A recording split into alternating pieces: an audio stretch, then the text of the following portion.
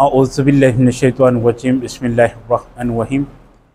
माह रमज़ान मुबारक का आखिरी जुमा जुमातुल विदा। जुमातुल विदा के दिन एक नमाज जो पब्लिक में मारूफ़ है, जिस नमाज को नमाज क़ज़ाए उमरी कहा जाता है।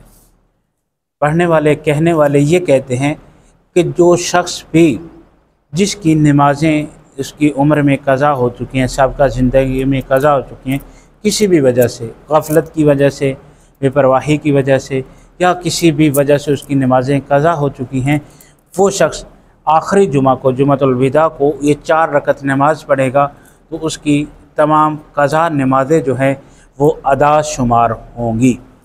जबकि ऐसा नहीं है। शरई हुक्म ये है, तालीमात अहले बैत में ये हुक्म है कि उसको जितनी अपनी नमाज़ों की मिक़दार मालूम है कि मेरी इतनी नमाज़ें क़ज़ा हुई हैं, उस शख्स पे वाजिब है कि वो नमाज़ें अपनी बजा लाए, उनकी क़ज़ा को बजा लाए। अगर मसलन उसको मालूम है कि मेरी 15 दिन की नमाज़ें क़ज़ा हुई हैं, उस पर वाजिब है कि वो 15 दिन की नमाज़ों की क़ज़ा बजा लाए। या उसको मालूम है कि मैं 10 दिन ज़ुहरैन की नमाज़ नहीं पढ़ सका, तो वो 10 दिन ज़ुहरैन की नमाज़ क़ज़ा बजा लाए, उस पर वाजिब है।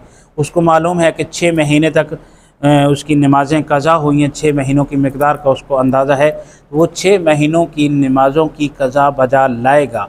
ऐसी कोई नमाज नहीं है कि उसको बजा लाए और उसके बाद वो तमाम अपनी क़ज़ा नमाज़ों से बरी व ज़िम्मा हो जाए। तालीमात अहले बैत में से कोई ऐसी नमाज नहीं है।